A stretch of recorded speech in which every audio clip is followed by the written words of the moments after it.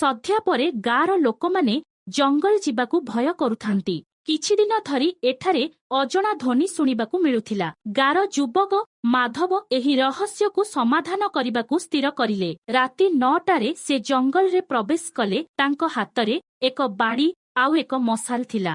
ଜଙ୍ଗଲ ଭିତରେ କିଛି ଭିନ୍ନ ଧ୍ୱନି ତାଙ୍କର ହୃଦୟକୁ ଧଡ଼କାଇ ଦେଲା। କିଛି ଦୂରେ ତାଙ୍କୁ ଏକ ଛାୟା ଦେଖିଲା ପରି ଲାଗିଲା। ସେ ଧୀରେ ଧୀରେ ଆଗକୁ ବଢ଼ିଲେ। ଛାୟାଟି ସାଧାରଣ ମଣିଷ ପରି ଏକ ଭଙ୍ଗା ମନ୍ଦିର ଭିତରେ ପ୍ରବେଶ କରିଲା। ମାଧବ ବୀରବରପୁରର ଜଣେ ମହିଳାଙ୍କୁ ଦେଖିଲେ, ଯିଏ ସେହି ମନ୍ଦିର ଭିତରେ କିଛି ଯାଦୁ କରୁଥିଲେ। ସେ ଏକ ଅଦ୍ଭୁତ ମନ୍ତ୍ର ଜପ କରୁଥିଲେ। ମାଧବ ଭୟଭୀତ ହେଲେ, କିନ୍ତୁ ଏହାକୁ ସମ୍ଭାଳି ତାଙ୍କର ଫୋନରେ ରେକର୍ଡ କରିବାକୁ ଆରମ୍ଭ କଲେ। ହଠାତ୍ ସବୁ ଶବ୍ଦ ବନ୍ଦ ହୋଇଗଲା। ମାଧବଙ୍କ ଚାରିପାଖରେ ଆଘାତ ଦେବା ଅବସ୍ଥା ହେଲା। ଏକ ଆଚମ୍ବିତ ଅବସ୍ଥାରେ ମହିଳାଟି ମାଧବକୁ ଚିହ୍ନିଲା। ସେ ଚିତ୍କାର କରିଲା, ତୁମେ କିଏ? ମାଧବ ସତରେ କଣ କରିବେ ଭାବି ପାରୁନଥାନ୍ତି। ତାଙ୍କର ହୃଦୟ ନିର୍ବଳ ହେବାକୁ ଲାଗିଲା। କିନ୍ତୁ ସେ ନିଜକୁ ସମ୍ଭାଳି ମହିଳାଟିଙ୍କୁ ପ୍ରଶ୍ନ କଲେ, ତୁମେ କାହିଁକି ଏମିତି କରୁଛ?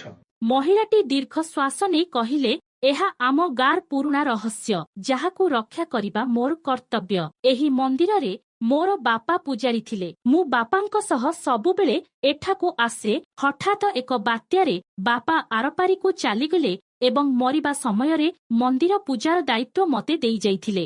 ଦିନେ ମୁଁ ପୂଜା କରିବାକୁ ଆସିବା ସମୟରେ କିଛି ନଷ୍ଟ ଚରିତ୍ରର ଲୋକ ଏଠାରେ ବସି ମଦ ଓ ମାଂସ ଖାଉଥିଲେ। ତେଣୁ ମୁଁ ବିରୋଧ କରିବାରୁ ମୋତେ ଦୟନୀୟ ଭାବେ ମାରି ଦେଇଥିଲେ। ସେବେଠୁ ଗାଁ ଲୋକ ଡରି ଏହି ମନ୍ଦିରକୁ କେହି ଆସନ୍ତି ନାହିଁ। ତେଣୁ ମୋ ବାପାଙ୍କ ଶେଷ ଇଚ୍ଛା ପୂରଣ କରିବାକୁ ଏହି ମନ୍ଦିରରେ ଥିବା କାଳୀ ମାଙ୍କୁ ପୂଜା କରିବାକୁ ମୋ ଆତ୍ମା ସବୁଦିନ ରାତିରେ ଆସେ। ମୁଁ କିନ୍ତୁ ମୋ ଅପରାଧୀମାନଙ୍କ କିଛି ଅନିଷ୍ଟ ନ କରି କେବଳ ମୋ ବାପାଙ୍କ ଶେଷ ଇଚ୍ଛା ପୂରଣ କରିବାରେ ଲାଗିଛି।